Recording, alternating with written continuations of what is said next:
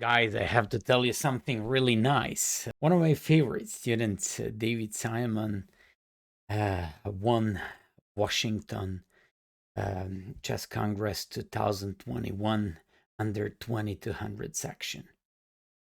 He did that amongst 108 players, convincingly won such a strong open tournament, got his check on $2,000, which means he paid all his lessons off, which is my biggest satisfaction. I really have to express my big, not only satisfaction, but to say how proud I am of him.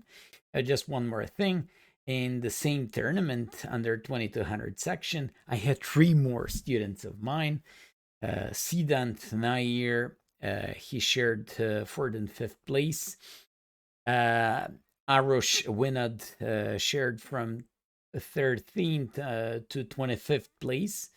Another great talented guy. And finally, Anish took 38th place, proudly announcing big David Siamon, winner of the Washington Chess Congress 2021 under 2200. Enjoy. Hi everyone, thanks so much for stopping by, checking out this video. I'm really excited to show off some of these games to you all. I'm going to very quickly give a short personal introduction and then I'll get straight to the chess because I know that's what you're here for. But anyways, my name is David Siamon, as you can see right there. I'm currently in college, my final year of undergraduate studies in math and computer science. I'm probably going to go to grad school after that, and then who knows what from that point on. I'll figure it out when I need to. But anyways, moving on to some context behind this chess tournament itself. You know, I don't have a ton of time to play rated events just because of school these days, but some friends at the University of Virginia Chess Club and I decided, you know, there's this tournament 2-hour drive away. Let's take the weekend. It'll be a fun time. And well, it was a really fun time. Not just because I got to hang out with those guys, but the results were definitely better than I could have ever dreamed. I scored 6.5 out of 7 points in my section, won it outright out of 107 players, and walked away with a sweet $2,000. I mean, yeah, no complaints here. It's a solid result in my opinion. Obviously, some thanks need to go to my fantastic coach. I don't feel like I need to advertise his skills a ton. If you're already on his YouTube channel, you know he's fantastic at what he does, but let these results be even more evidence of that. He's helped me out a ton with my chess, and yeah, I mean, this tournament couldn't have gone any better. So, without further ado, let's get into this first game. This game was played in round 4, so my opponent and I both were 3 out of 3 at this point. Notice that my opponent was rated 1892 in a U2200 section, and he had a perfect score. He had beaten 2 players higher rated than myself before this game, so okay, whatever, he's like a little bit lower rated, but yeah, I mean, going into this game, like, obviously I'm going to take him very seriously. This is someone who had played 3 very strong games up until this point, and I knew I would have to give it my all to, you know, stop his amazing streak. So let's get into it. He plays e4. I play my Caro Kann defense. Normal stuff. This is the exchange variation. He's just developing his kingside a bit. I threaten d4. He guards it. I play queen c7, and as you can see by my beautiful arrows, my plan is to play pawn to e5. It's also very important that I play queen to c7 on this move specifically, because otherwise white would play bishop to f4, and that's a square the bishop really wants to be on. Now it's going to have to go somewhere a tiny bit more awkward. So white plays knight to e2. Obvious purpose behind that is it guards f4, so white will have the opportunity to play that now. I play bishop g4, temporarily pinning the knight. So on bishop f4, I can consider taking that bishop and taking d1. He plays f3, which, obviously that's not a pawn you typically want to move in the opening, but here it unpins the knight, and white will get to play bishop f4. So good for my opponent. I retreat. White plays bishop f4, and I get my e5 moving. So this is all common opening theory. I've played this in a few tournament games at this point. Nothing too special here. White will typically take. I'll take back.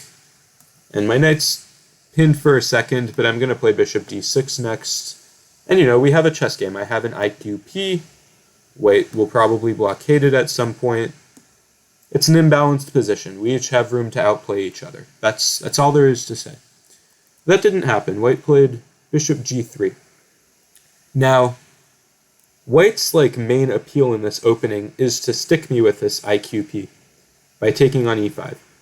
So by not doing that immediately, white has essentially said, either I'm going to never take and move the bishop back, where white's not exactly doing what they're supposed to, or white's saying, I'm going to take later. But if they're going to take later, well, they could have just taken right now and not had to spend a tempo moving their bishop back. So I consider this move a little bit inaccurate for that reason. They should probably just take right now. But okay, it's not like a huge deal or anything. That's not like what won me the chess game. Just a smaller detail. I played bishop d6, a move I was going to play anyway. He castled, I played knight f6. He played knight d2. Maybe again a tiny bit inaccurate. I think I typically see white go for knight a3. I'm not going to take a3, by the way, because that's going to make e5 a little bit weak, and his doubled pawns just won't be too bad. And now the knight can come to b5, or maybe even swing back to c2 and support d4. So just some potential ideas. Again, not crazy important towards the outcome of the game, just stuff to be thinking about as I'm playing. I castled, and he plays knight b3, so this is how he's choosing to support his d4 pawn. Cool, good for him. And I played rook fe8. These past few moves haven't been anything special, we're just still getting our pieces out. I figured it was about equal here. Maybe I have a little bit more advantage than usual because he's spent a tempo moving this bishop away, but nothing crazy. He takes here finally. I took back with the knight.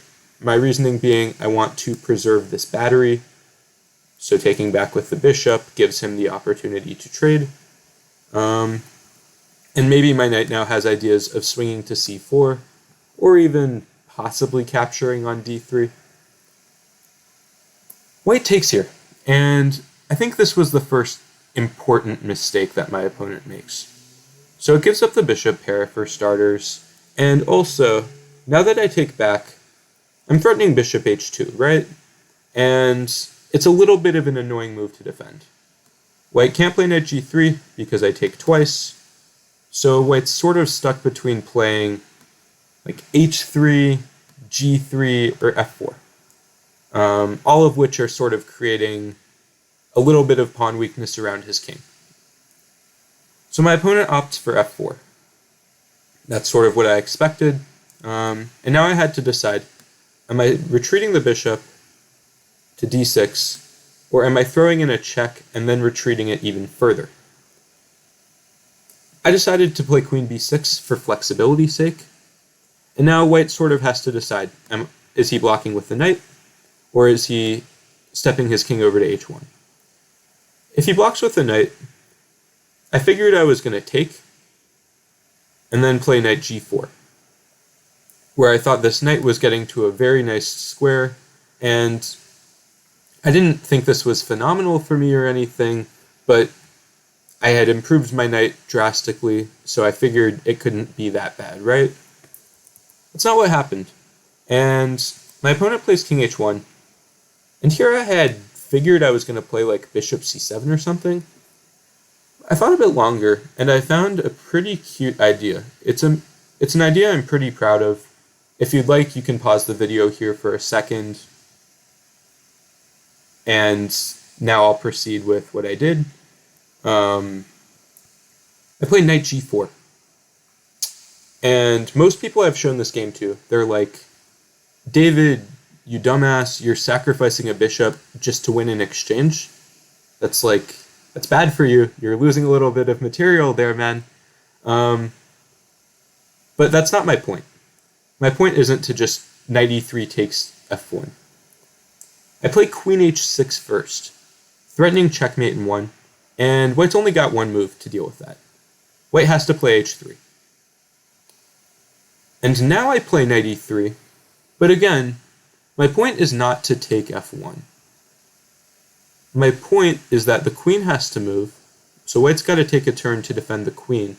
And the second the queen moves, I take h3.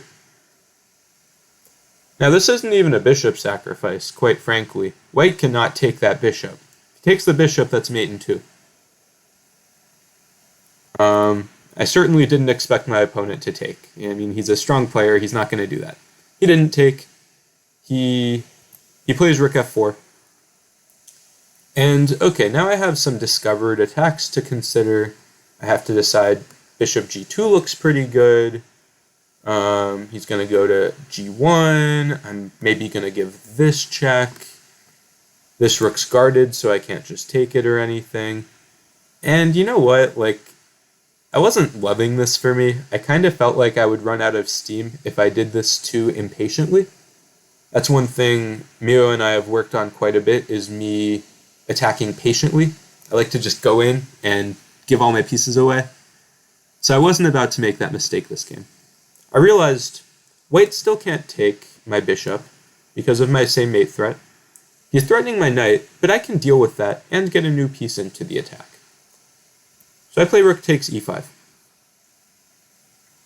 And I'm kind of just patiently saying to my opponent, what are you going to do to defend, man? I just brought a new piece into the attack. I'm slowly building things up. And you have to find a way to defend, or I'm just going to roll you off the board. Unfortunately, it's not so easy for white to come up with something to do here. I looked at the board from my opponent's point of view for a while, and I was really struggling to come up with a plan for him. So, no disrespect to my opponent, this is a crazy hard position to figure out what to do. In fact, I'm pretty sure it's just winning for me already.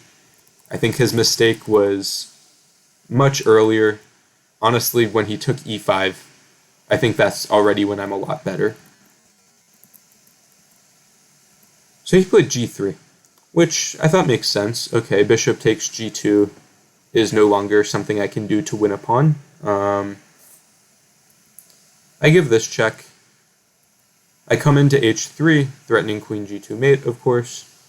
So for what it's worth, I kind of at first thought rook f2 would be his try, but here I just have rook h5, which wins on the spot. He can't stop queen h1.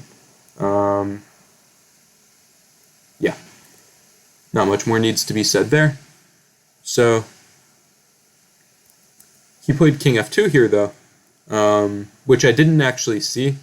I'll admit I kind of got lazy in this position. I was saying to myself, like, this looks so good, and maybe I wasn't doing my best job looking for all of my opponent's resources. So something to learn from there, like, your position is never so good to the point where you can just go on autopilot. I kind of did that here. But like, okay, I mean, I'm still winning. It's just I'm being a little bit critical of myself for not going above and beyond in this position. But okay, I take e2. He has 3 ways to recapture. If king takes, I win the queen with knight c4. If queen takes, what was I going to do on queen takes again? Oh boy. Oh yeah. Queen g2, king e1, knight c2. Oh wait, I'm sorry, y'all. That's how the game ends. It's been a long day. Yeah, he did play queen takes, and then he resigned after knight c2. There. Good spoiler alert, David. That's how the game ends. And just for what it's worth, if bishop takes, now I give check, check, That's game 2. So, yeah, I mean, I was pretty happy with this win. It's weird because I don't think my opponent like outright blundered or anything. He just made a few small positional weaknesses like taking here, losing that tempo in the opening, and ultimately not seeing this, pretty tough to spot resource of mine, this knight g4 move. He had to see knight g4 and everything behind it from this position. He had to see that queen b6, king h1, knight g4, and all of the resulting lines worked for me. I mean, that's a very tough thing to do. So again, no disrespect to my opponent. I think, I just kind of found this cool idea. It's a tough idea to find, and it worked out. My opponent, just as a final touch, he did gain a lot of rating from this tournament. He continued to do quite well after this game. I'm sure he's improving on the up and up. We'll be breaking 2,000 soon. And yeah, that's all I've got for this game. So now I'm going to move to my round 5. I'm paired against another lower rated opponent, but this guy's in my head. I'm going to be honest. He's in my head because we played each other last July. And oh my god, he kicked my ass. I was down a piece on move 7. Like, I don't even know what I need to say beyond that. I was down a piece on move 7. So this kid, he's also improving a ton. He actually did break 2,000 in this tournament. Almost gained 100 points. So, yeah, this kid is an absolute beast. I did manage to take him down this game. And I'm about to show how that happened. e4, c5. I got to play my Butcher the Sicilian prep. That's Mio's course that I'm sure he's mentioned a bunch on this channel. I've had some good results with it. This is one of those games. I played d4 here. On takes, knight c6, queen d2. This is all thematic. Queen d2 might look awkward if you haven't looked at this course before, but the point is that I'm going to fianchetto my bishop. And then castle queenside. So surprise, surprise, that's what I did. And he plays e5, which I had kind of forgotten about / maybe even never studied in the first place. It's a common move in a lot of open Sicilians, but it does invite a lot of play on this d6 pawn. That's going to be something my opponent has to always be conscious of. I played bishop b2. I considered even playing bishop a3 right away, but I decided again, don't be impatient, build up my attack slowly, make sure I'm developed before going for attacks. So bishop e7, castles, always play king b1, important rule in this opening. I just never want to allow any bishop g5 bullshit. Ooh, pardon my language, I'm so sorry everybody. King b1. So he plays a6. He's going for this typical Sicilian attack where he's going to try to roll me on the queen side. I play f3, strengthening e4, possibly playing g4 someday. Just, again, a kind of a common open Sicilian move. I play this position a lot like I would a typical Sicilian dragon, except my bishop's fianchettoed.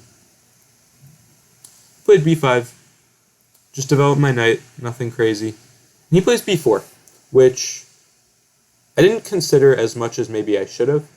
I kind of just figured, okay, I hop into d5. I feel like I'm pretty happy here. I'm threatening to take, and I actually would take.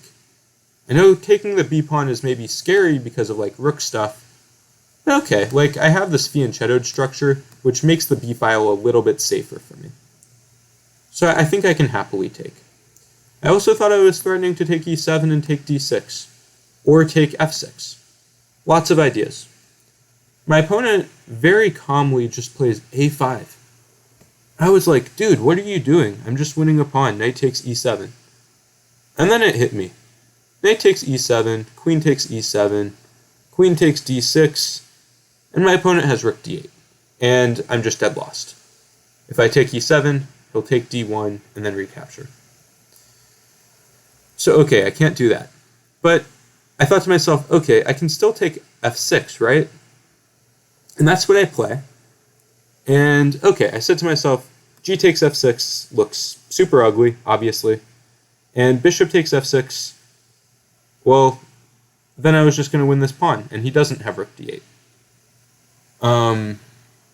What he does have, though, is queen b6, an absolutely deadly move that I did not see in the game.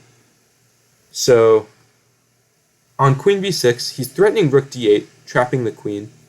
It's also a skewer, so I only have one move here. I have to play queen d2. Nothing else gives me any chance at, any decent result in this game. And now he can just play a4. And his attack is like kind of hitting hard, not gonna lie. I can't say I'm like dead lost or anything, but I'm gonna struggle a lot. So on bishop takes f6 here, I can't even take this pawn. And I don't know, black kind of seems happy here. However, my opponent also missed this, and he plays g takes f6. And, if I was an obnoxious over-the-board player, I would have rubbed my hands really hard, started smiling, because I knew this was about to be a very fun game. I didn't do that. That would be bad sportsmanship, but I was doing it in my head. So I play knight g3. I'm always threatening queen h6, knight h5, with a very fast potential checkmate. He plays a4, and I understand the psychology of why he did it. He wants some sort of counterplay. Totally understandable. But sadly, for him, here, it's just not working. I just played bishop b5. I can go for my kingside stuff whenever, so let me just take out his counterplay chances. He plays knight a7, I take this pawn, and he plays queen a5. He's doing a good job trying to set some other chances up on this side of the board, but it just wasn't working out for him. In fact, on this move, I'm already +9 according to the computer. This queen just can no longer really help defend, and my attack comes crashing through. I play queen h6. Notice that I'm threatening knight h5, queen g7 again, and he only has one way to deal with that. He has to play king h8 here, followed by rook g8. You can take a look at this position and try to come up with other resources, but I promise you there are none. This is forced. And now I played a move that I enjoyed playing quite a bit. I played rook takes d6. The point being that on takes, I can play knight h5, and since he's unguarded f6, rook g8 doesn't even save him now. That's mate. So that rook is untouchable. So my opponent needs to come up with something else to do. He played bishop e6, which I thought made sense. It's disconnecting my rook from helping attack more. And then I played another move I was pretty happy with. I played rook d5. So I'm just begging him to take my rook, aren't I? Now if he takes, I play knight f5. He plays rook g8. I'm going to take this, and now I'm forking d5 and g8. I'm also threatening queen takes f6. So feel free to look at this position for a little bit and convince yourself that it's winning for me. But again, I promise you it is. So he doesn't take that rook. He moves his queen to b6. And I play knight h5, forcing rook g8. And I kind of felt like I definitely had a knockout punch here. Some move that puts the game away on the spot. And I do. I play knight takes f6, which is correct. Threatening mate in 1. He plays rook g7. If he takes, I take, block. And this just must be winning for me, I feel like. That was kind of my lazy over-the-board assessment. This is probably just winning. And on rook g7, here I spent a ton of time. I was just I absolutely have a move that puts this game in the dust immediately. And I did, and I missed it, sadly. So feel free to take some time here to come up with the right move. Because I did. I played bishop takes e5. And I'll come back to this, but first I want to show you the move that's winning on the spot. Rook takes e5. With the idea of scooting over to h5 with tons of pressure on this diagonal, and on rook h5, I'm threatening to take twice on h7, and it would be checkmate. And those threats in themselves are enough to put this game out immediately. If he takes, I take, and I'm threatening rook g5. Good game, sir. So, oops on my end. That was not accurate. This was not accurate, but it is still winning. I'm threatening like knight h5 and stuff. Which, that looks very good for me. Some of you, though, maybe have noticed that I am leaving this rook unguarded. So why am I doing that? My opponent also asked this question, and he took my rook. And then I showed him the answer to why I'm leaving it unguarded. I play queen takes g7. This is forced. And now I take d5. And I'll win the queen back. And essentially what I did is a very big trade where at the end of the day, I'm up a billion pawns. And I kind of figured okay, I didn't come up with a knockout punch immediately, but I'm going to convert this, right? I really hope I'm going to convert this. Rook d1, king e5, just showing the rest of the game for completeness sake. Bink, bink, bink. Now I'm going to get even more pieces off of the board. He's trying to take some pawns, understandable. Now I'm up even more pawns. And okay, his last chance, maybe some sort of a perpetual, and I say no, move your king back, and he resigned. So those are my games. I know I was kind of speaking quickly. I wanted to pack a lot of content in short bursts. But yeah, I really hope you enjoyed these games. I will check the comment section periodically if you all have questions, comments, want to just make fun of me. It's all good. But yeah, I really hope you've enjoyed watching this video. Yeah, take care.